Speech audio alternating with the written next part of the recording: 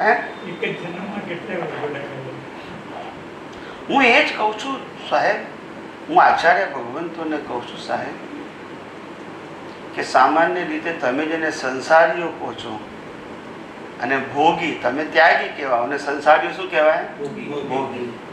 આ ભોગી આખી જિંદગીમાં એક જ વખત વરઘોડો કાઢે પછી ખો ભૂલી જાય છે. મારા ફાધર છે ને, અને તમે વર્ષમાં 12 વરઘોડા કાઢો છો તોય થાકતા નથી. ગામડે ગામડે વરઘોડા, બોલતા નથી સાહેબ. હે? તોય ત્યાગી કહેવાય. મારા ફાધર છે ને, જાય સાધુ સંતો પાસે. જી. તો એક સંત હતા, તો એ મારા ફાધર આખા બોલે છે, એટલે કે સત્ય હોય એ કહી દે. તો એ સંત મારા ફાધરને વાત કરતા કે મારે તો આમ જાઓ જલાવી હતી, મારો તેમ જાઓ જલાવી હતી, ઘરે ગાડીઓ હતી, કામ કરવાવાળા હતા, અને હું એમ કે ઠોકર મારીને નીકળી ગયો. તો હું મારા ફાધરને એ સંતે કહ્યું, મારા ફાધર કે તમે ઠોકર મારી ખરી પણ હજી એને વાગી નથી.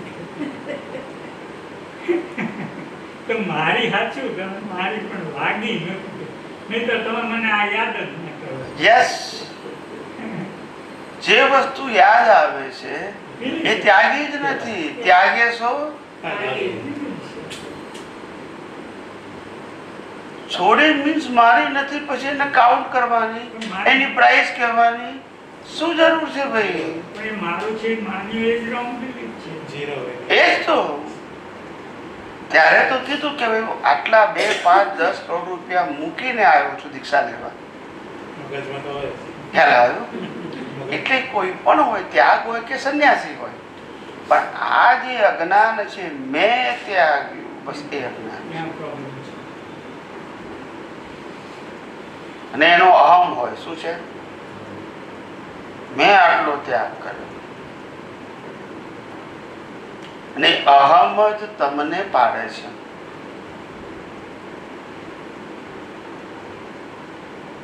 આ દુનિયામાં કોઈ પણ જીવને શ્વાસ લેવાની પણ સ્વતંત્ર શક્તિ, ત્યાગવાની શક્તિ લાયા ક્યાંથી? લગ્ન કરવું તે ઉદય કર્મ અને ત્યાગ કરવો તે ઉદય કર્મ છે. બંને કર્મના ફળ છે. આ શરીર પાસે તો પુરુષાર્થ કરવાની સ્વતંત્રતા છે જ નહીં. પછી ત્યાગ લે કે લગ્ન કરે, શું ફેર પડે છે? અહીંયા આગળ બાળકો તમારે કરવાના, ત્યાં બીજાના લાવવાના, આટલો જ ફેર છે ને? જો બોલતા નથી, આટલો જ ફેર ને? અહીંયા બાળકોને તમારા કઈ મોટા કરવાના અને અહીંયા તમારે બીજાને લઈને મોટા કરવાના, એ જ છે ને?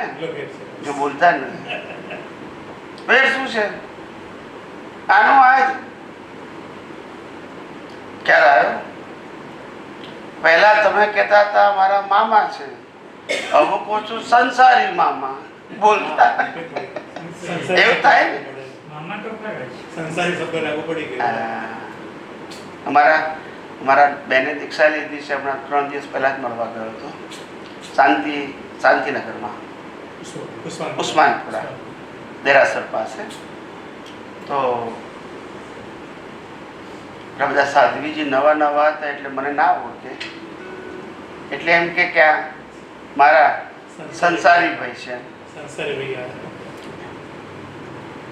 ના, વ્યવહારથી બોલવું પડે, ના નથી કહેતો, આ તો ખાલી વાત કરું છું. અંદર જે બિલીફ છે ને એ ના. સંસારી ભાઈ એટલે આનો મારો આટલું છૂટું હોવું જોઈએ. આનો સંસારી ભાઈ છે એ હકીકત છે, પણ મારો નથી. જેને બાળી નાખવાનું છે એનો ખરો, પણ હું તો બળવાનું. આટલું તો છૂટું રહેવું જોઈએ. ભલે પહેલા સમજણ રૂપે રહે અને ધીમે ધીમે ઉપયોગ રૂપે રહે અને પછી અનુભવ ધીમે ધીમે. હું કંઈ ચમત્કારની વાત નથી કરતો. આ આખી લાઈફમાં આટલી જાગૃતિ, હું શુદ્ધાત્મા છું, બાકી બધું કુદરતી રચના છે. એ જાગૃતિ જો 5% રહે ને, કેટલી? 5%, તોય તમે આજના દુનિયાના સાધુ સંત સંન્યાસીઓ કરતા ઘણી ઊંચી દશામાં છો. ઘણી. કારણ કે એ લોકો તો રિલેટિવ સત્યમાંથી બહાર જ નીકળ્યા નથી. ભાઈ સનાતન સત્યમાં જવાની વાત જ નથી ને. ખ્યાલ આવ્યો? તમે એનાથી 5% બિયોન્ડ ગયા ને. વિચાર કરો, એ આધ્યાત્મનો માર્ગ છે. એ 5% વાળા ભાગમાં 100% થવાનું છે. બસ એનું નામ મુક્તિનો. બોલો. તમે સમજણ, ઉપયોગ અને અનુભવ કીધો એ થોડું સમજાવો ને સ્ટેપ. સમજણ એટલે બેઝિક વસ્તુ. હું અત્યારે તમને સમજાવું છું અને તમને ફિટ થઈ ગયું એને સમજણ કહેવાય. હા. જુદા પડવા માટે. હા, મેં તમને કીધું કે તમે શુદ્ધાત્મા છો, બાકી બધું કુદરતી રચના છે. હવે તમને સમજાઈ ગયું. હવે સમજાઈ ગયા પછી તમે સંજોગોમાં ઉપયોગ કરો છો. દાખલા તરીકે કોઈ અપમાન કરે છે, આનું કોઈ અપમાન કરે છે, તો તે ખ્યાલ આવજો કે હું તો શુદ્ધાત્મા છું અને આ ને સામે વાળો બે કુદરતી રચના છે, તો રાગ નહીં અને દ્વેષ નહીં. ખ્યાલ આવ્યો? એટલે એને ઉપયોગ કહેવાય. ઉપયોગથી શું પ્રાપ્ત થાય? અનુભવ. તો કે દેહ અને આત્માનું છૂટાપણાની અનુભવ.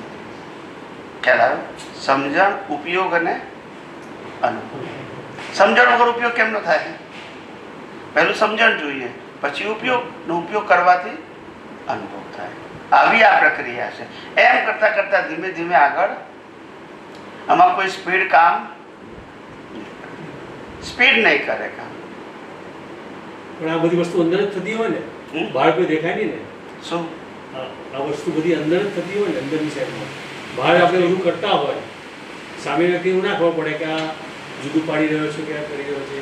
મહાવીરને કેવળ દર્શન પણ અંદર હતું ને કેવળ જ્ઞાન પણ અંદર હતું, બહાર નતું દેખાતું. તો આપણે એક્સેપ્ટ કર્યું જો બોલતા નથી.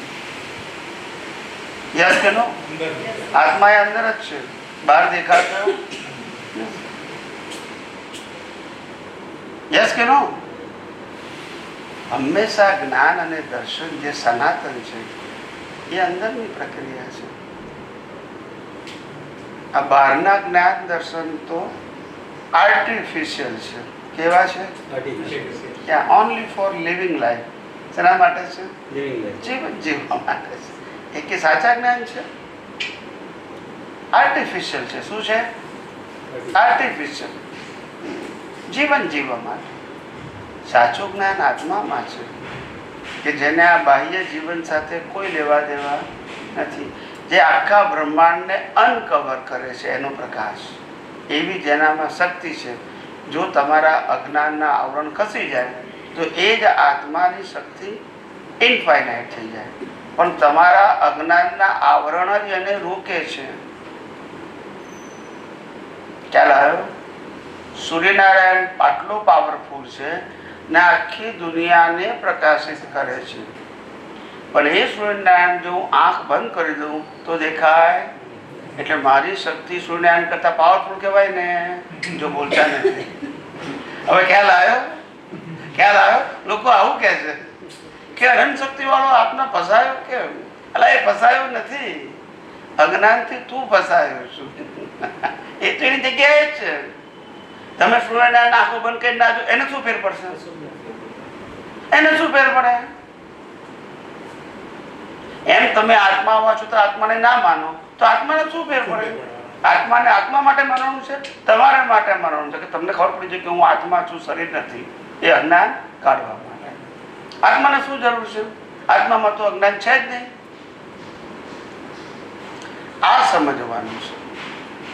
સ્વામી, વિજ્ઞાનમાં પાપ પુણ્યનું મહત્વ કેટલું? બિલકુલ નહીં. પાપ પુણ્યનો આધાર જ અજ્ઞાન છે. પછી જ્ઞાન મોક્ષ માન્યતા છે કે મોક્ષ છે પુણ્ય જોશે. પણ એ પુણ્ય કયું? આ નહીં. સહાયક અને તો પછી પ્રભુ નાયક અને સહાયક. ખ્યાલ આવ્યો? એ બંધાતું જ રહેશે સતત. તારે નિર્દોષ જેવો અકર્તા જુઓ, માલિકી ભાવથી મુક્ત જુઓ, દેહાધ્યાસ ના જુઓ, તો પુણ્ય બંધાય. એ બધું પુણ્ય મોક્ષ માર્ગ માટે લાયક અને સહાયક. ને અજ્ઞાનથી બધાતા પાપ પુણ્ય એ સંસારને લાયક અને સહાયક. દાદા ભગવાને વારંવાર કહ્યું છે કે તારે મોક્ષે જવું હોય તો આ કરવાનું છે, સંસારમાં બધું તો આ કરવાનું છે. તમને બે ચોઈસ આપી છે, ઓપ્શન પણ આપે છે. what you want to do, you have to કરતા decide. ભાવ નથી એ શું કીધું? સ્વામીજી એકચ્યુઅલીમાં જ્યારે સારો શુદ્ધ ઉપયોગ આપણે ગોઠવીએ છીએ તો બાય ડિફોલ્ટ એ પુણ્ય જમા થાય જ છે, પણ લોકોને એક વિશ્વાસ નથી આવતો. હા. એને શું થાય છે, પ્રશ્ન બધા ના થાય છે હા, થાય. કે શુદ્ધ ઉપયોગ કરે છે પછી એનો ઇન્ટેન્શન પાછું કેવું હોય, મારે બેલેન્સ જમા કરવું છે, પણ વિજ્ઞાનનો ઉપયોગનો બાય પ્રોડક્ટ જ આપણું પુણ્યાનુબંધી પુણ્ય થાય છે. એ લોકોને હજી આમ દ્રઢપણું નથી ધડ આવતું. પણ નથી આવતો, વિશ્વાસ નથી આવતો. આપણે શુદ્ધ ઉપયોગ નહીં બોલવાનું, શુભ સમ્યક ઉપયોગ, સમ્યક સમ્યક ઉપયોગ, સમ્યક જ્ઞાન ને સમ્યક સમ્યક દર્શનનો ઉપયોગ. શુદ્ધ ઉપયોગ તો સ્વભાવમાં હા. પછી પુરુષાર્થ ના ના એમ વાંધો નહીં, કરેક્શન કરો, સમજાવું છું. શુદ્ધ બોલો તો પછી પુરુષાર્થ જ ના હોય. ના. શુદ્ધ એ સ્વભાવમાં જાય અને અને સમ્યક જ્ઞાન અને સમ્યક દર્શન એ મોક્ષ માર્ગ માટેનો પુરુષાર્થ છે. મિથ્યા જ્ઞાન મિથ્યા દર્શન એ સંસાર માટેનો પુરુષાર્થ છે. બસ બે જ પ્રકારની દ્રષ્ટિ છે. અને આ સમ્યક જ્ઞાનમાંથી સહાયક સંકેત સુધી સહાયક સંકેત એટલે અજ્ઞાન ઝીરો થઈ ગયું. સમ્યકથી શરૂઆત ને સહાયકમાં અજ્ઞાન ઝીરો થઈ ગયું, પછી કર્મ, પછી છેલ્લો અવતાર નેક્સ્ટ. એ પહેલા જે બંધાઈ ગયા એના માટે છેલ્લો અવતાર મળશે, પણ છેલ્લા અવતારમાં પુરુષાર્થ કરવાનો ખાલી કર્મ ભોગવવાનું, અજ્ઞાન તો પહેલા જ ખલાસ થઈ ગયું. એટલા માટે જેનો છેલ્લો અવતાર હોય એને માતાના ગર્ભમાંથી જ નક્કી થઈ ગયું હોય કે આને કેવળ જ્ઞાન અને મોક્ષ ક્યારે થવાનું છે નક્કી. કેમ? કારણ કે કર્મ તો બંધાવાના જ નથી. હવે અજ્ઞાન તો છે જ નહીં. અને બધા જ જીવ આ ગતિમાં જાય કે પછી અમુક જ જીવ જાય ને બાકીના જીવ અહીંયા આવી રીતે ના, ના, ના, બધા. ચક્કરમાં? કેટલા અવતાર થાય નક્કી ના, નહીં. અવતાર નહીં કે અમુક આ ચક્કરમાં જ રહે કે જીવન મૃત્યુ જીવન મૃત્યુ જીવન મૃત્યુ એ ક્યારે મોક્ષ પામે જ નહીં, કે પછી બધા જ જીવો આ જ ગતિમાં ક્યારે શબ્દ ના બોલાય, પણ એમ થાય કે હંમેશા શું છે, જૈન પરિભાષામાં જીવોના બે પ્રકાર પડ્યા છે, ભવી અને અભવી. તમે કદાચ શબ્દ સાંભળ્યો હશે, ભવી જીવ અને અભવી જીવ. ભવી જીવ એટલે જે આ કાળ ચક્રમાં મોક્ષે જવાનું છે ગમે ત્યારે, એને ભવી જીવ કહેવાય. પછી આ 24માં જાય કે આ 24માં જાય, પણ એક કાળ ચક્રમાં બે વખત 24 આવે. એમાં જે મોક્ષે જવાનું હોય એ જીવ ભવી કહેવાય. એ ભવીના બે પ્રકાર, આસન ભવી અને દૂરભવી. જે આ અર્ધ ચક્રમાં જવાનું છે એ આસન ભવી, જે પાટલામાં જવાનું છે એ દૂરભવી, અને જે આ કાળ ચક્રમાં મોક્ષે નથી જવાનું એ અભવી. અભવી એક્ઝિસ્ટ એટલે અભવી આ રીતે પણ કાયમ માટેનો. કાયમ માટે નહીં. હા. That's it. આ કાળ ચક્ર પૂરતો. આકાશ ચક્ર. આસન ભવી એટલે આ 24માં જાય, દૂર ભવી એટલે આવતી 24માં જાય, અને અભવી એટલે આખા કાળ ચક્રમાં જાય નહીં. પછી ખ્યાલ આવે? હવે ઘણી બધી વ્યાખ્યાઓ શાસ્ત્રોમાં ક્લિયર કરી નથી. શાસ્ત્રમાં તે લખ્યું છે અભવીનો ક્યારે મોક્ષ ના થાય, એટલે કોઈને સમજાવ્યું જ નહીં. આ તો અમે આચાર્ય ભગવાન સાથે વાત કરીએ ત્યારે અમે કહીએ કે સાહેબ વિચાર તો કરો, મોક્ષે કોણ જાય, શરીર કે આત્મા? તો કે શરીર જાય. તો મેં કહું કોઈનો આત્મા અભવી હોય? આત્મા તો ચેતન અવિનાશી અનંત જ્ઞાન વાળો છે. ખ્યાલ આવ્યો? એ તો એનું ફંડામેન્ટલ છે. તો એ કેમ ના જાય? આ માટે કહેતા હોય તો બરાબર છે, આ તો જતું નથી. તો આત્મા કઈ રીતે અભવી હોય? સમજાય છે? તમારા જ્ઞાન દર્શનમાં કચાશ હોય, ઉપયોગમાં કચાશ હોય, અનુભવમાં કચાશ હોય, આત્મામાં કઈ રીતે કચાશ હોય? એટલે આત્મા ક્યારેય મોક્ષે જાય નહીં એવું બને. પણ સમય ઓછો વધતો લાગી શકે. કોઈ 5, 25, 500 ભવે જાય અને કોઈ 2, 4, 5 લાખ ભવે પણ જાય. જવાનો ખરો. ખ્યાલ આવ્યો? સમય નક્કી નહીં કોઈ પણ જીવ, પણ જવાનું નક્કી. એટલે કોઈ જીવને કાયમ માટે અભવી નહીં. સ્વામીજી મહાવિદ્ય ક્ષેત્ર અને કાળચક્ર લાગુ નહીં પડે થવામાં? તો જુદું જ પડે. 10 મિનિટ લાગુ પડે કાળચક્ર. ત્યાં કાળચક્રમાં ત્યાં સદાય સચિવ હોય છે, પણ ત્યાંને લાયક ના હોય તો પાછો અહીંયા આવે ને ચક્કરમાં. તો લાગુ પડે. અહીંથી લાયક હોય તો ત્યાં જાય ને. બરાબર. કાળ ચક્ર લાગુ કોને પડે? એ કાળને લાયક હોય ત્યાં આવે. ખ્યાલ આવ્યો? ખ્યાલ આવ્યો? પણ હજી સ્વામી બેસતો નથી કે વિશેષ તીર્થંકર એક સાથે જન્મ્યા છે, એક સાથે કહેવત ને એક સાથે નિર્માતા છે, હજી મગજને બેસતું નથી. હા, પણ હવે શાસ્ત્રમાં લખેલી વાત છે. શાસ્ત્રમાં. અને આપણી પાસે વિશેષ એવું જ્ઞાન નથી કે હું તમને જોઈને કહી શકું. શાસ્ત્ર એમાં તો મારે, કારણ કે આ તો હિસ્ટ્રીની વાત છે, એમાં તો લખી છે એ જ મારાથી કહેવાય. મારું દર્શન સિદ્ધાંતમાં કામ કરે, હિસ્ટ્રીમાં તો મારે જેમ છે તેમ જ કહેવું પડે. એક સાથે જન્મ છે એવું પણ લખેલું હે? છે. એક સાથે જન્મ છે ભવિષ્યમાં. હા, હા, એવું લખેલું છે. વાત સાચી. એક સાથે. કહી શકાય નહીં પછી. કારણ કે કયા જ્ઞાન સમયના દરમિયાનમાં અલગ અલગ હોવાના છે. હા, પણ હવે એ કયા કારણથી છે, જે વસ્તુ આપણને ખબર નથી એના ઉપર ડિસ્કશન શું કરીએ? ના બોલાય કશું. વાત સાચી. આપણી પાસે જે વસ્તુનું ઓથેન્ટિક આધાર નથી તો ઓપિનિયન આપવાનું મિનિંગ શું છે? કેવડી ગમે. ભાઈ આ લખ્યું છે એ છે શાસ્ત્રમાં, પતી ગયું. કેવી ગમે હશે. આપણે એના ઉપર કશું ડિસ્કશન ક્યારે કરી શકીએ? આપણી પાસે કોઈ બેઝ હોય તો. એવું તો છે નહીં. આપણી પાસે બેઝ શું છે? પુસ્તકમાં લખ્યું છે તે. તો પછી એમાં આપણે શું કહી શકીએ? કંઈ ના કહી શકીએ. આપણી પાસે કંઈ પણ વસ્તુ બોલવાનો અધિકાર છે, પણ ક્યારે બેઝ હોય? આજે અમે અભવિની વ્યાખ્યા આપી દીધી કે સર્વકાળ માટે કોઈ પણ આત્મા અભવી ના હોઈ શકે, પરફેક્ટ વ્યાખ્યા છે. કારણ કે આત્મા તો અભય હોય જ નહીં. કારણ કે આત્મા ચેતન છે, અવિનાશી છે અને અનંત જ્ઞાન વાળો છે, તો એ અભવી કેવી રીતે હોય? અને જવાનું એને છે. અને શ્રીમદજીએ કીધું સર્વ આત્મા સીતા સમ છે. જે સમજે તે થાય. શ્રીમદ રાજચંદ્રે કહ્યું છે, બહુ પુણ્ય કેરા પુંજથી શુભ દેહ માનવ નો મળ્યો, તો એ અરે ભવ ચક્રનો આટો નહીં એકે ટળ્યો. સુખ પ્રાપ્ત કરતા સુખ ટળે છે, એ જ એ લક્ષે રહો. ક્ષણ ક્ષણ ભયંકર ભાવ મરણા કા અહો રાચે રહો. અને એની આગળની કડી છે, શું કુટુંબ કે કોણ છું ક્યાંથી થયો, શું શું સ્વરૂપ છે મારું કરું, કોણા સંબંધે વર્ગણા એ રાખું કે પરવું. એવો વિચાર વિનયપૂર્વક શાંત ભાવે જો કર્યો તો સર્વ આત્મિક તત્વના સિદ્ધાંત તત્વ અનુભવે. તો સિદ્ધાંત તત્વ ત્યારે અનુભવાય કે આ જે સંબંધની અંદર આપણે જોડાયેલા છીએ એ સંબંધનું મૂળ કારણ તત્વ.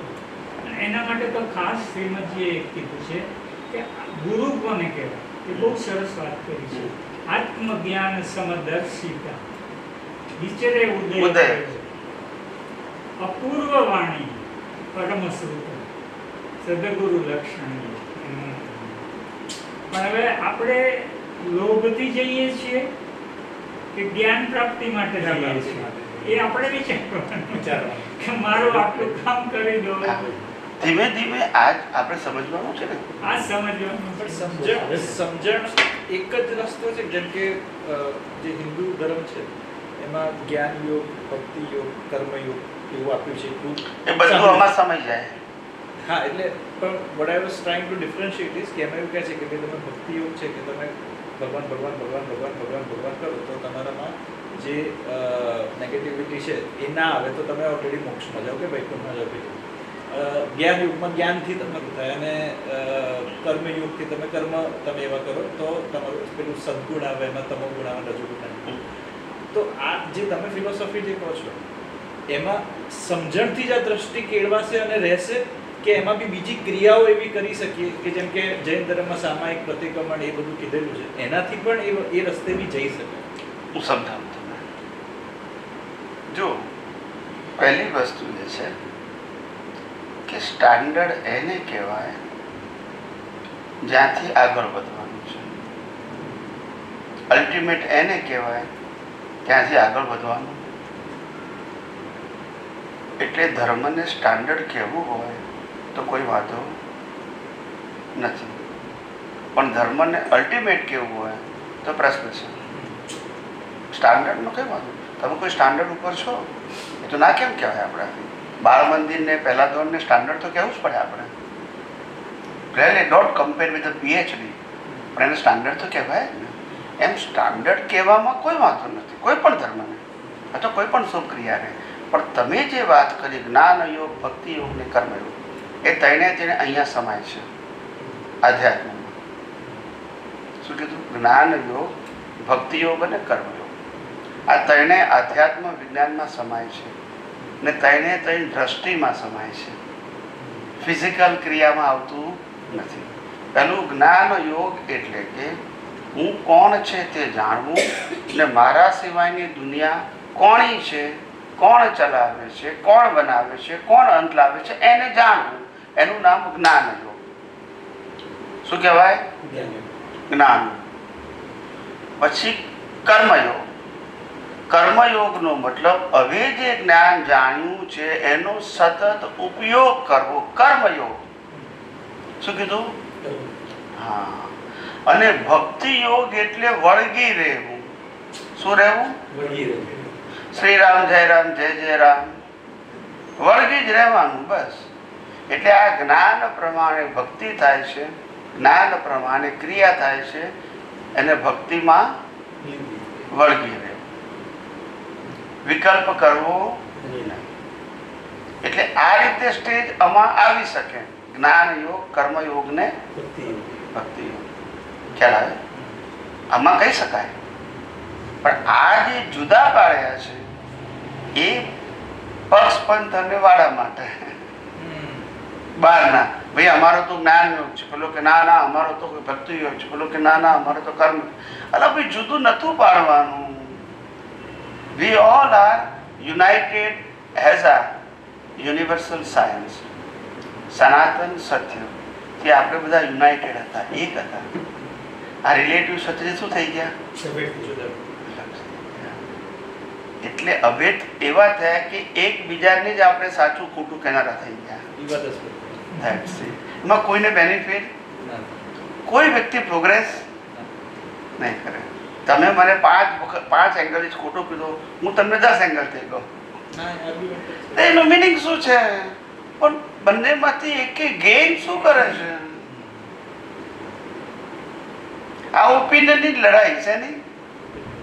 જ્યારે સનાતન સત્યમાં તો ઓપિનિયન જ નથી ને. જ્યારે કુદરતનું કાનૂન છે, આપણું આ શરીર છે, બરાબર છે, એની ડિઝાઇન કુદરતે બનાવી. એટલે બધાની ડિઝાઇન એક જ સરખી છે. આંખ, કાન, નાક, હાથ, પગ. 9 અબજનું પોપ્યુલેશનમાં આ ડિઝાઇન, રામકૃષ્ણ ભાવીની આ ડિઝાઇન. કેમ? કારણ કે ડિઝાઇન કુદરતે બનાવી, ચોઈસ નથી. પછી આ ફિઝિકલ બોડી કે જે પંચ મહાભૂતનું બન્યું છે, પૃથ્વી, જળ, વાયુ, અગ્નિકા, એ પણ કુદરતના. ડિઝાઇન એ કુદરતની, શરીર એ કુદરતનું. અને જીવતું રાખવા માટે હવા, પાણી, ખોરાક પણ કુદરતના. એને પચાવીને લોહી બનાવવાનું એ પણ કુદરત કરે. 24 કલાક સપ્લાય કરવાનું બોડીમાં એ પણ કુદરત કરે. છેલ્લે શ્વાસ બંધ પણ કુદરત કરે. છેલ્લે આ પંચ મહાભૂત, પંચભૂતમાં. તો પછી એમાં આટલું શું છે? તો હવે અમારે ના માનવાનું કારણ બતાવવું. એમાં કોઈ ધર્મ સંપ્રદાય, ગુરુ, ભગવાન વચ્ચે આવે છે? કારણ કે સનાતન છે. તમારો ધર્મ શું છે એ સબ્જેક્ટ જ નથી આવતો. એનું નામ તો સનાતન કહેવાય. સનાતન એટલે જેનો ઓપ્શન ના હોય. ધર્મ અને સોશિયલ લાઈફ એટલે હજારો ઓપ્શન. ખ્યાલ? સનાતનમાં ઓપ્શન ના. સનાતન એટલે યુનિવર્સલ ટ્રુથ લો. એ માનો કે ન માનો તો પણ લાગુ પડે. કારણ કે આ દુનિયા એની છે તો કાનૂન પણ હવે તમે નથી માનતા તોય લાગુ પડશે. એમાં ભારત દેશનું કાનૂન ના માનું તોય લાગુ પડે, કારણ કે દેશમાં રહું છું. એમાં દુનિયા કુદરતની છે, કાનૂન એનું જ છે. હું નહીં માનું તોય. માટે એ જાણવું જરૂરી છે. આ દુનિયા की रामकृष्ण महावीर बनाई, આ દુનિયા की रामकृष्ण महावीर ચલાવતા. આ દુનિયા કુદરતની બનાવેલી છે, કુદરતના કાનૂનથી ચાલે છે. અને એની બધી રચનાઓ કુદરતી રચના છે. આ મન વચન કાયાનો પણ બનાવનાર કુદરત છે, ચલાવનાર કુદરત છે, અંત લાવનાર કુદરત છે. માટે કુદરત, કુદરતી કાનૂન અને કુદરતી રચના જાણવું જરૂરી છે. ધર્મ નહીં જાણો તો ચાલશે, સોશિયલ લાઈફ નહીં જાણો તો ચાલશે, પણ સનાતન સત્ય નહીં જાણો તો નહીં ચાલે. નહીં ચાલે મતલબ નહીં તો આ જન્મ મરણના ચક્કરમાં ફર્યા કરવાનું. ધર્મ કોઈ પણ કરશો, સોશિયલ લાઈફ કેવી પણ જીવશો, તોય પણ અજ્ઞાનથી રાગ દ્વેષ થઈને કર્મ સારું કરશે તો રાગ થશે ને ખરાબ કરશે તો દ્વેષ. ધર્મમાં પણ ધર્મ કરશો તો રાગ થશે, ધર્મ નહીં કરો તો કે આ પાપી માણસ છે, અધર્મી છે, થયા જ કરશે. એમાંથી બહાર નહીં નીકળાય.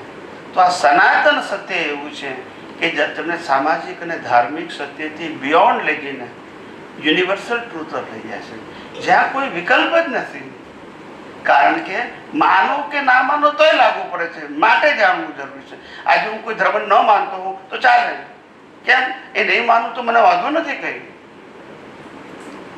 હું મહાવીરને માનું, રામકૃષ્ણ ના માનું તો વાંધો નથી કોઈ દુનિયામાં, કોઈને વાંધો નથી. યસ કે નો? પણ હું કુદરત કામ નહીં માનું તો પણ મને એની પનિશમેન્ટ આવશે. હું જ્યાં જ્યાં બ્રેક કરીશ ત્યાં માટે જાણવું જરૂરી છે. ખ્યાલ આવ્યો? આ બધું દેખાય છે, બધું જ એનું છે. જ્યારે પંચમહાભૂતનું શરીર એનું છે, હવાઈ આપે છે, પાણી આપે છે, ખોરાકી આપે છે, તો આપણું શું હોય છે? કેમ કહો મને? હોય શકે કશું? પછી માનવાનો મતલબ શું? વ્યવહારથી તમે જે તમારી પાસે છે એ તમારું કહો એટલે આનું કહો, એનો વાંધો. પણ મારું તો કશું છે, માટે મારે કંઈ છોડવાનું પણ નથી. આનું છે અને એને છોડવાનું છે, અથવા તો કુદરત લઈ લેશે. એમાં મારે રાગદ્વેષ કરવાની અથવા મેં મેળવ્યું મેં ગુમાવ્યું એવું માનવાની જરૂર નથી. આ ભલે ને માને, પણ આવું નથી ને, માટે એની માન્યતાને મારી પાસે કોઈ લેવા દેવા. એટલે આને લાઈન ઓફ ડિમાર્કેશન કહેવાય, સેપરેશન, જેને આધ્યાત્મ માર્ગમાં ભેદ વિજ્ઞાન કહે છે. શું કહે છે? ભેદ વિજ્ઞાન. Separation of relative and real, separation of temporary and permanent, separation of I and my, એને ભેદ વિજ્ઞાન કહેવાય. ખ્યાલ આવ્યો? ભગવતોની પુણ્ય પાપનું કારણ નથી ભાવથી પણ સેપરેશન નથી. તમારી દ્રષ્ટિની અંદર હું ભોગવું છું એવો અહંકાર પડ્યો છે, મોહ પડ્યો છે, એ જ મુખ્ય કારણ છે. એટલે આમાં થાય છે શું?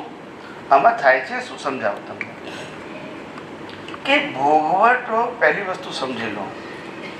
કર્મ બાંધ્યું છે ગયા અવતારમાં, ભોગવે છે આ અવતારમાં શરીર દ્વારા.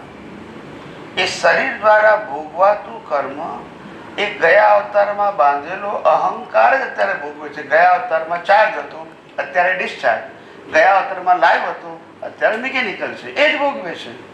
હવે અત્યારે જે લાઈવ છે એને આ મિકેનિકલ ભાગ સાથે કોઈ લેવા દેવા નથી. સમજાય છે? મિકેનિકલ ભાગ સાથે કોઈ લેવા દેવા નથી. સમજાય છે? હવે આ મિકેનિકલ ભાગ છે, એની અંદર લાઈવ વાળો ભાગ ભળી જાય તો નવા કર્મ, ના ભળે તો આ મિકેનિકલ ભાગને કુદરતી રચના જુએ તો કર્મ બાંધવાનું કોઈ કારણ નથી ને. કારણ કે મિકેનિકલ જે વાત છે એ જ વિઝિબલ ને ફિઝિબલ છે. હવે જો કુદરતી રચના જુઓ છો તો તમારા ઓપિનિયનની જરૂર, તો પછી કર્મ કેવી રીતે બંધાય? That is be called a spiritual path. જેમાં કશું પાપ પુણ્ય સબ્જેક્ટ ના આવે ને ધર્મ એ પાપ પુણ્યમાં આવે, વ્યવહારમાં સારું ખરાબ આવે, ધર્મમાં પાપ પુણ્ય આવે અને આધ્યાત્મમાં સેપરેશન આવે. આ ત્રણના લેવલ કેવા છે? અહીંયા વ્યવહારમાં સારું ખરાબ કહીએ, અહીંયા પાપ પુણ્ય ધર્મમાં આવે અને આધ્યાત્મમાં સેપરેશન, આત્મા અને દેહને છૂટા જોવા. આટલું છે. અને ત્રણે એની જગ્યાએ કરેક્ટ છે. Whatever you follow it, you follow. તમે આર્ટ્સમાં ભણીને તમે એમ કહું સાયન્સ ભણું છું, એ તો નહીં કહેવાય ને. આર્ટ્સ વાળાને કે તમે આર્ટ્સની ડિગ્રી મળશે, કોમર્સ વાળાને કોમર્સની મળશે ને સાયન્સ વાળાને સાયન્સની મળશે.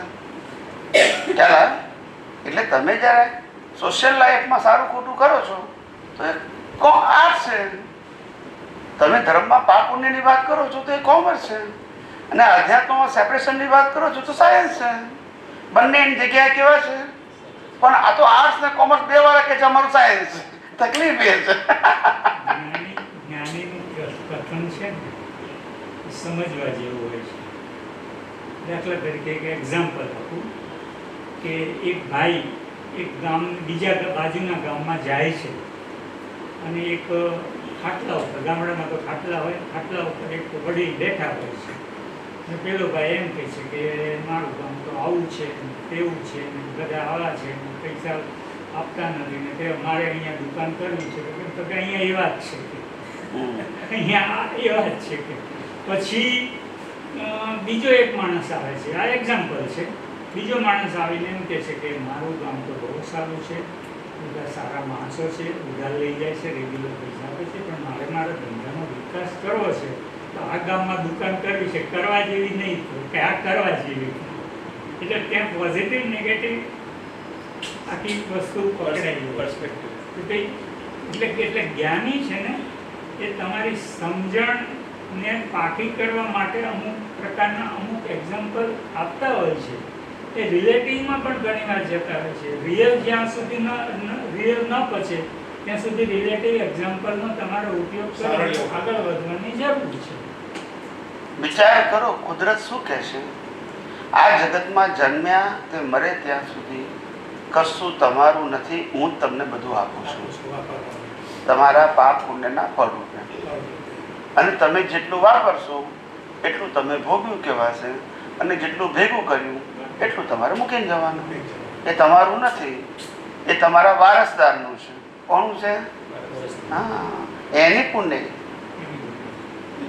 બાપાએ આખી જિંદગી ભલે અડધી બંડી પહેરી હોય, પેલો જન્મતાની સાથે સૂટ પહેરીને જ ફરે, પણ બાપા મૂકી ગયા 10 કરોડ તો કરવું શું હવે? પુણ્ય એની, મજૂરી તમારે કરવાની, પૈસા ભેગા કરવાના, આચરવાના સિક્યુરિટી ગાર્ડ તરીકે, વાપરવાના પેલા ને બોલતા.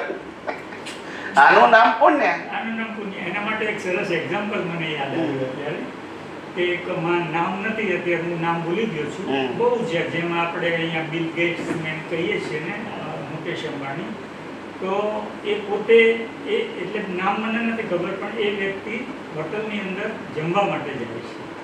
ત્યારે જમીને પછી પેલો વેટર છે એને એકદમ ઓછી ટિપ્સ આપે છે. ત્યારે પેલો વેટર એમ કે તમારો છોકરો આવે તો મને $5000 આપીને જાય છે, તમે તો $25 નથી આપતા. તો કે એવો મેરા લડકા હે ઓર મેરા બાપ से अलग थे. એટલે કહેવાનો મતલબ શું છે કે એને એ લાઈફ જોયેલું છે આગળનું જે બિલ ગેટ્સનો એક્ઝામ્પલ. તો કે મેરા બેટા હે उसने देखा नहीं है એટલું कैसे पैसे. એ તો એવું એક આપણા અમેરિકાની અંદર એક એવું હિસ્ટોરિકલ એક્ઝામ્પલ આવે છે કે એક ત્યાંનું મિલિયનર માણસ જ્યારે બિગિનિંગમાં હતો ત્યારે એની પાસે પૈસા નહોતા, પણ એ રોજ ન્યૂઝપેપર ખરીદે અને ટ્રેનમાં મુસાફરી કરે અને નાના મોટા જે કામ મળે એ માટે, પણ ન્યૂઝપેપર વાંચવાનો એને શોખ હતો. પણ પૈસા પૂરતા નહીં, મારા ખાવા પીવાના ખર્ચો નીકળે. એક વખત ન્યૂઝપેપર લેવા ગયો, એના ખિસ્સામાં પૈસા નહીં. એટલે ન્યૂઝપેપરવાળાને કહે છે ભાઈ ન્યૂઝપેપર તો હું રોજ લઈ જાઉં છું પૈસા આપીને, પણ આજે મારી પાસે પૈસા નથી. પેલો કે કશો વાંધો નહીં, લઈ જાઓ ને કશો વાંધો. પછી તો લઈ ગયા. બીજે દિવસે આવ્યા, બીજે દિવસે પૈસા નહીં એની પાસે,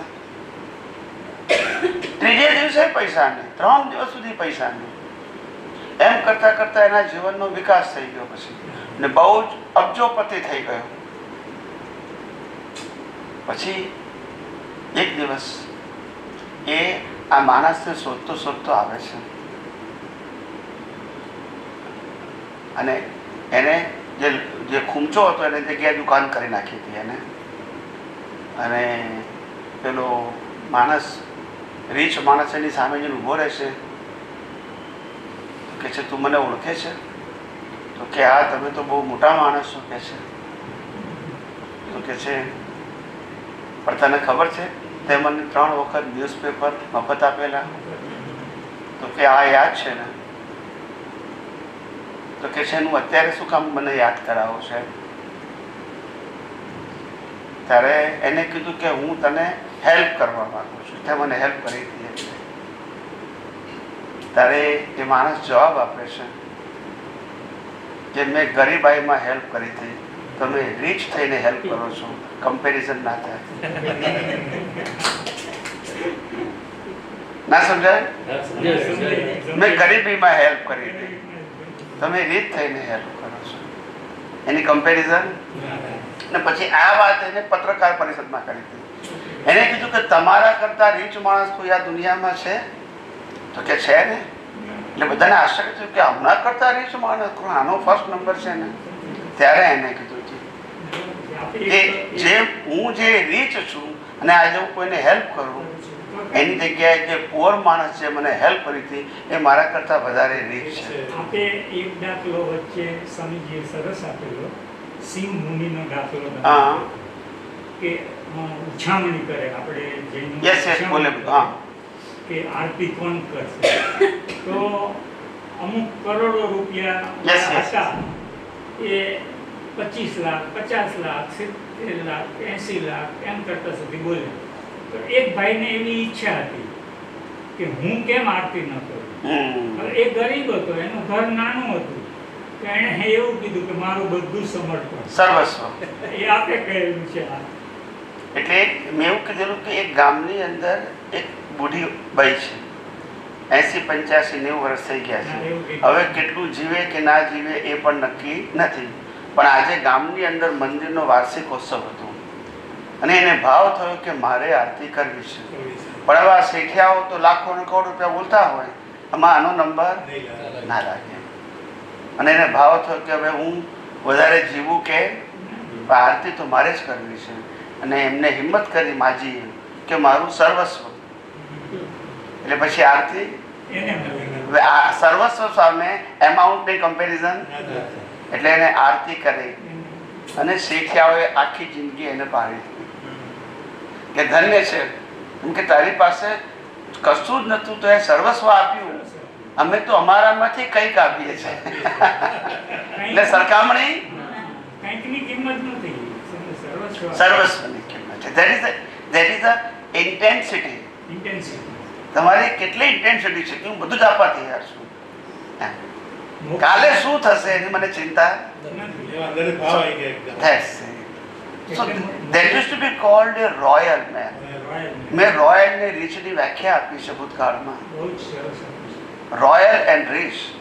રીચ એને કહેવાય કે જે પોતે જે પોતાની પાસે છે એમાંથી 1%, 2%, 3%, 5%, 10% દાન કરે છે, એને રીચ કહેવાય. રોયલ એને કહેવાય કે જે નિરંતર બીજાને હેલ્પ જ કરે કે જે છે એમાંથી. It is not subject to the amount. ખાતો હોય તો એક રોટલો એને ભૂખ્યા હોય તો અડધું પણ આપે છે. It's a royal man. ખ્યાલ આવ્યો? રીચ નહીં. નહીં, રીચ એને કહેવાય કે છે એમાંથી કંઈક આપે છે. સ્વામીજી 11ની વ્યાખ્યા વચ્ચે એક બહુ સરસ કરેલી છે કે તમે 12મા ગુણસ્થાનકના એન્ડ સુધી બી પહોંચી ગયા છો, 99.99 તમારું અજ્ઞાન ગયેલું છે, પણ એટલા ટકાની અંદર જો તમારો એ ટાઈપનો કંઈ ઉદય આવી ગયો તો તમે નર્ક ગતિમાં પણ બાંધી શકો. અજ્ઞાન છે ત્યાં સુધી કંઈ પણ થઈ શકે. કંઈ પણ થઈ શકે. અને મને આચાર્ય ભગવાન તો પ્રશ્ન પૂછે કે હાઉ ઇટ ઇઝ પોસિબલ. જે માણસ આટલે સુધી 99% જેને અજ્ઞાન ખલાસ કરી નાખ્યું છે એ કેવી રીતે કર્મ બાંધી શકે નરગતિના. ત્યારે મેં દાખલો આપ્યો હતો કે હવે પછી જે પ્રથમ તીર્થંકર થવાના છે પદ્મનાભ, એ અત્યારે નર્કમાં છે ને આગલા મનુષ્યભાવમાં નરગતિના કર્મ બાંધ્યા હતા, માટે ત્યાં ગયા. ત્યાંથી મનુષ્યમાં તીર્થંકર થઈને મુક્ત થઈ જશે. એટલે ત્યાં ભાવની 1% પણ અજ્ઞાન હતું ને તો બીજ પડી ગયું, પછી ભલે અજ્ઞાન ખલાસ થઈ ગયું, પણ અજ્ઞાન ખલાસ થતા પહેલા બીજ પડી ગયું. બંધ પડી ગયું. એટલે ભોગવવું ફરજિયાત. લો ઓફ નેચર, કુદરતનો કાનૂન. એ રામકૃષ્ણ મહાવીરને પણ છોડે. બીજ પડ્યું તો ફળ આવશે. That's it. એટલે કીધું છે કે મને આટલી શ્રદ્ધા છે ને આટલી શ્રદ્ધા નથી, ત્યાં એમાંથી નીકળી જાય. વિજ્ઞાનમાં શું શ્રદ્ધાના? આમાં કોઈ વ્યક્તિ નથી, કોઈ ક્રિયા નથી, કંઈ મેળવવાનું નથી, કશું ગુમાવવાનું નથી.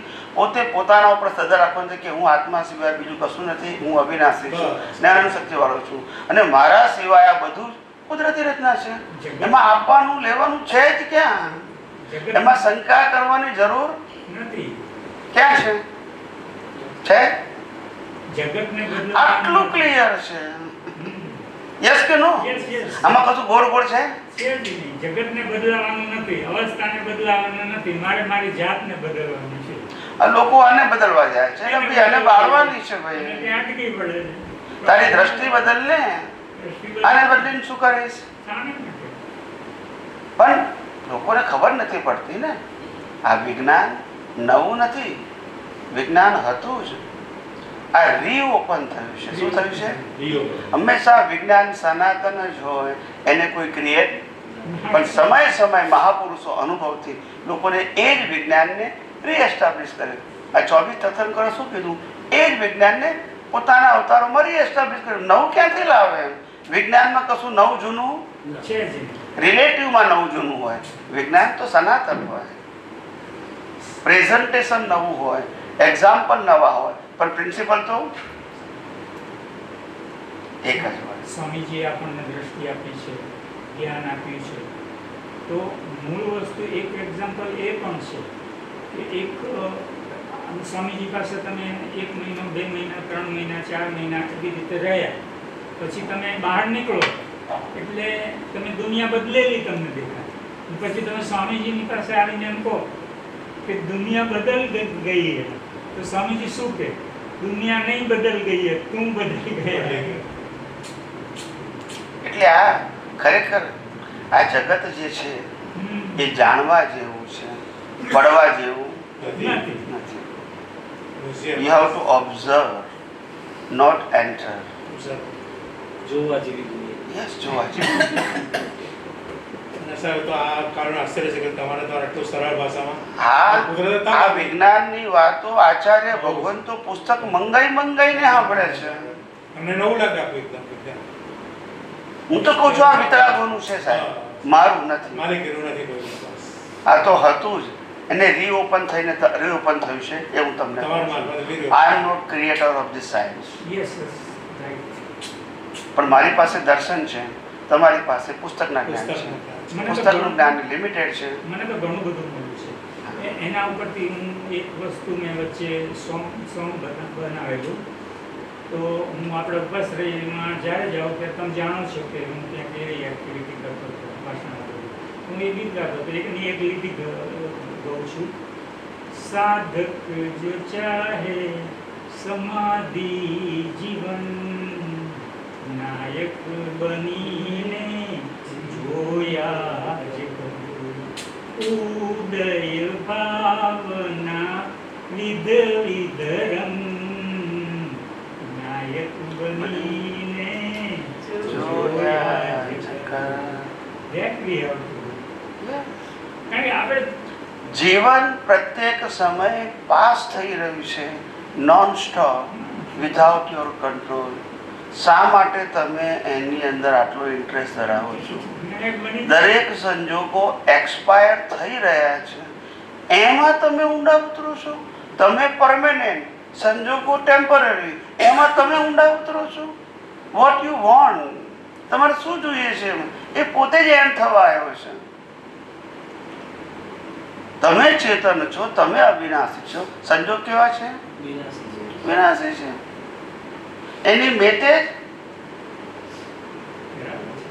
એક બીજી પણ લેટેસ્ટ આપની રજા હોય તો કહી દઉં. બરોબર.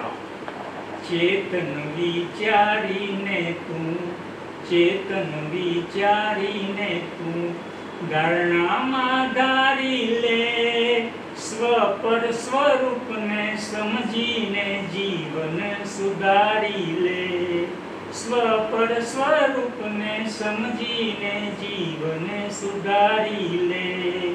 પરમા તારું શું ચાલે, પરમાત્મા તારું શું ચાલે, એ સત્ય સ્વીકારી લે, સ્વ પર સ્વરૂપને સમજીને જીવન સુધારી લે. બરાબર છે. બરાબર છે. કારણ કે ખરેખર સ્વને પરના સ્વરૂપને જ આપણે સમજ આપે. એક વસ્તુ ખાસ એક જ શબ્દની અંદર મને ઉપદેશમાં બોધ થઈ ગયો. સ્વદ્રવ્ય અને પરદ્રવ્યને જાણી લીધું. આ સ્વદ્રવ્ય છે ના, બાકી બધા પરદ્રવ્ય બધું પર છે, બસ છૂટી જતું. અમારા એક આચાર્ય મારે હતા તો બોમ્બેમાં ચોમાસું હતું, અમે બોમ્બે સત્સંગમાં ગયા હતા ને કોઈના કહેવાથી અમને બોલાયા. બહુ જ એજેડ હતા, 85+ હતા, ગચ્છાધિપતિ સમજો ને. અને એમને પછી મારી સાથે વાર્તાલાપ કર્યો તો દાદા ભગવાનનો રેફરન્સ કાઢ્યો એમને કે જ્ઞાન વિધિ કરાવતા હતા. તો કે છે એક દ્રવ્ય બીજા દ્રવ્યનું કશું કરી શકે? હવે આ વર્ષો જૂનો શબ્દ છે, હું તો જન્મ્યો ત્યારથી સાંભળું છું. હું 9 વર્ષથી સાંભળું છું. હવે મેં કીધું સાહેબ તમે શાસ્ત્રના જ્ઞાતા છો, એટલું તો વિચારો. એક દ્રવ્ય બીજા દ્રવ્યનું ના કરી શકે એ તમે જે કહો છો એનો મિનિંગ શું થાય તો જાણો. આ શરીરનું હેલ્પ કરે એ 2 દ્રવ્ય કહેવાય કે 1 દ્રવ્ય કહેવાય? એક જ દ્રવ્ય થઈ ગયું. આ જળ ને આ જળ. શરીર ચેતનનું ઉદ્ધાર કરે, ચેતન શરીર નો કરે તો 2 દ્રવ્ય થાય, જળ ને ચેતન. શરીર શરીરને માર્ગદર્શન આપે છે. 2 દ્રવ્ય જ ક્યાં છે? એક જ છે. ત્યાં સમજણ નથી. આ દ્રવ્ય છે, જળ દ્રવ્ય છે, આ જળ દ્રવ્ય છે. ત્યાં દ્રવ્ય સમજણ બે ક્યારે કહેવાય? ચેતન અને જળ હોય. તો જળ ચેતનને કશું આપી ના શકે, ચેતન જળને કશું ના આપી શકે. પણ એટલા વર્ષોથી આ વ્યાખ્યા ચાલે છે, કોઈને ખબર જ નથી પડતી કે આપણે શું બોલીએ છીએ. એની સામે કાંતિ સ્વામીએ તો બધું લખી નાખ્યું છે. કાંતિ સ્વામીને ઘણી વાર મારી પાસે હું તો વાંચતો તમે પહેલા તો તમારી બુક સિવાય લગભગ નથી વાંચતો. તો એમણે કીધું છે કે વ્યવહાર અને નિશ્ચય વસ્તુ જ આપણે જ્યારે નથી સમજતા ત્યારે છૂટાપણાનો અનુભવ કેવી રીતે કરી શકવાનો? વ્યવહારને વ્યવહાર રીતે સમજો, નિશ્ચયને નિશ્ચય છે. પછી છૂટાપણાનો અનુભવ પછી થવાનો છે. પહેલા તું સમ્યક સંકિતમાં તો આવો, ચોથા ગુણસ્થાનકમાં તો આવો. બરાબર છે. સ્વામીજી પ્રકૃતિનો વ્યવહાર હોય ને તો દ્રષ્ટિ બદલ્યા વગર તો આવી જ આપણે તો આ વિજ્ઞાન પ્રાપ્ત થયા પછી બસ એની જરૂર જરૂર નથી. નથી હવે. પણ વિજ્ઞાન ન હોય તો વ્યવહાર નિશ્ચય બેની ચાલે. વેલ્યુ છે. જરૂર નથી. વ્યવહારમાં ધીમે ધીમે ઇમ્પ્રૂવ થાય અને નિશ્ચયને ધીમે ધીમે સમજણથી મજબૂત કરો. પણ વિજ્ઞાનમાં જરૂર નથી. પણ વિજ્ઞાનમાં તો વ્યવહાર માત્ર કુદરતી રચના કુદરતી છે. એ જોવાનું મજબૂત કરો. હવે સુધારવાનું મજબૂત ના કરો, જોવાનું મજબૂત કરો. પેલામાં સુધારવાનું આવે. વ્યવહાર સારો હોવો જોઈએ ને. અમારે કાયમ બોલ્યા કરે વ્યવહાર સારો જોઈશે ને વ્યવહાર સારો જોઈશે. એ તો પ્રકૃતિનો છે વ્યવહાર, સવાલ નથી. આ ભેગા થાય છે એ જ હિસાબ છે આપણો. હિસાબ છે આપણો. ખ્યાલ આવ્યો? ભેગા થઈએ છે. સમજ્યા વિના પામે. બધા ભેગા કર્યા છે. ચલો આપણો પ્રભુજી સમય 8:25 થઈ. પ્રાર્થના પૂરી લઈએ. બહુ સરસ. આપ પધાર્યા અને અમને લોકોને આટલું જ્ઞાન આપ્યું ને જ્ઞાન ચર્ચાનું જે છેલ્લી પ્રાર્થના પૂરી લઈએ. બદલ આપનો ખૂબ ખૂબ આભાર માનું છું અને આપને ઋણી છું. જય સચિદાનંદ. હે અંતર્યામી પરમાત્મા, હે અંતર્યામી પરમાત્મા, આપ દરેક જીવ માત્રમાં વિરાજમાન છો. આપ દરેક જીવાત્મામાં વિરાજમાન છો. તેમજ મારામાં પણ બિરાજેલા છો. તેમજ મારામાં પણ વિરાજેલા છો. આપનું સ્વરૂપ આપનું સ્વરૂપ તે જ મારું સ્વરૂપ છે. તે જ મારું સ્વરૂપ છે. મારું સ્વરૂપ મારું સ્વરૂપ શુદ્ધાત્મા છે. શુદ્ધાત્મા છે. હે શુદ્ધાત્મા ભગવાન, હે શુદ્ધાત્મા ભગવાન, હું આપને અભેદ ભાવે હું આપને અભેદ ભાવે અત્યંત ભક્તિપૂર્વક અત્યંત ભક્તિપૂર્વક નમસ્કાર કરું છું. નમસ્કાર કરું છું. અજ્ઞાનતાએ કરીને, અજ્ઞાનતાએ કરીને, અજાગૃતિએ કરીને, અજાગૃતિએ કરીને, મિથ્યા જ્ઞાન મિથ્યા દર્શન સંબંધી મિથ્યા જ્ઞાન મિથ્યા દર્શન સંબંધી દ્રષ્ટિથી જે કંઈ પણ દોષો થયા છે દ્રષ્ટિથી જે કંઈ પણ દોષો થયા છે અને થાય છે અને થાય છે તે સર્વ દોષોને તે સર્વ દોષોને આપની સમક્ષ આપની સમક્ષ જાહેર કરું છું. જાહેર કરું છું. તેનો હૃદયપૂર્વક તેનો હૃદયપૂર્વક ખૂબ પસ્તાવો કરું છું ખૂબ પસ્તાવો કરું છું. અને આપની પાસે ક્ષમા પ્રાર્થું છું. અને આપની પાસે ક્ષમા પ્રાર્થના. હે પ્રભુ, હે પ્રભુ, મને ક્ષમા કરો, ક્ષમા કરો, ક્ષમા કરો. મને ક્ષમા કરો, ક્ષમા કરો, ક્ષમા કરો. અને ફરી ફરી આવા દ્રષ્ટિ સંબંધી દોષો અને ફરી ફરી આવા દ્રષ્ટિ સંબંધી દોષો ક્યારે પણ ન કરું ક્યારે ન કરું એવી આપ મને શક્તિ આપો. એવી આપ મને શક્તિ આપો. હે શુદ્ધાત્મા ભગવાન, હે શુદ્ધાત્મા ભગવાન, આપ એવી કૃપા કરો કે આપ એવી કૃપા કરો કે અમને ભેદભાવ છૂટી જાય અમને ભેદભાવ છૂટી જાય અને અભેદ સ્વરૂપ પ્રાપ્ત થાય. અને અભેદ સ્વરૂપ પ્રાપ્ત થાય. અમે તમારામાં અમે તમારામાં અભેદ સ્વરૂપે અભેદ સ્વરૂપે તન્મયાકાર રહીએ. તન્મયાકાર રહીએ. જય સચ્ચિદાનંદ, જય જય સચ્ચિદાનંદ. સચ્ચિદાનંદ, જય સચ્ચિદાનંદ. જય સચ્ચિદાનંદ. જય સચ્ચિદાનંદ.